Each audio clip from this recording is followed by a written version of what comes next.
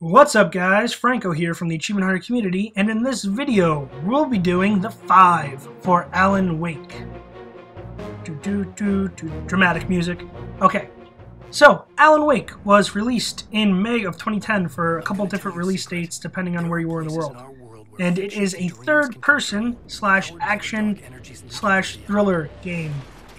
And it's actually a bunch of fun. It has a great concept where you have to defeat enemies that are possessed by the darkness with light, which obviously makes sense because, you know, what gets rid of darkness? Anyway, the game was a pretty big success. It had very good reviews, and it even had not really a sequel, but another standalone game called Alan Wake's American Nightmare, which is on the Xbox Live Arcade, in which these clips are from. But with all that being said, let's talk about some of the facts. Now, fact number 1, even the writer can be rewritten.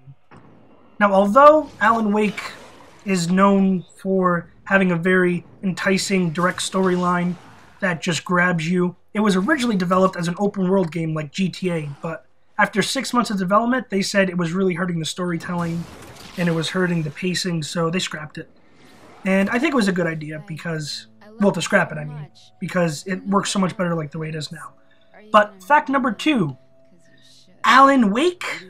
Nah, Alan Wait is more like it, because this game's development cycle was 5 years long. That's huge in the game industry. I mean, could you imagine if Call of Duty came out every 5 years? You know, not that it's good or anything, but 5 years is a long time, and it was actually first announced at E3 2005, so yeah, they really took their time, but it paid off. Now, fact number 3, and this one's kind of complex. Alan Wake, who's a writer in the game, writes a series of books on someone named Alex Casey. Now this parallels Remedy Studios, or Remedy Entertainment's last game, Max Payne, because Alex Casey and Max Payne are so similar. In fact, a lot of the titles from Alex Casey books match titles from Max Payne chapters. And on top of that, as a little bonus fact, the voice actor who voices Max Payne voices Alex Casey's narrations for the books. So that's a really cool shout out. And now even more references.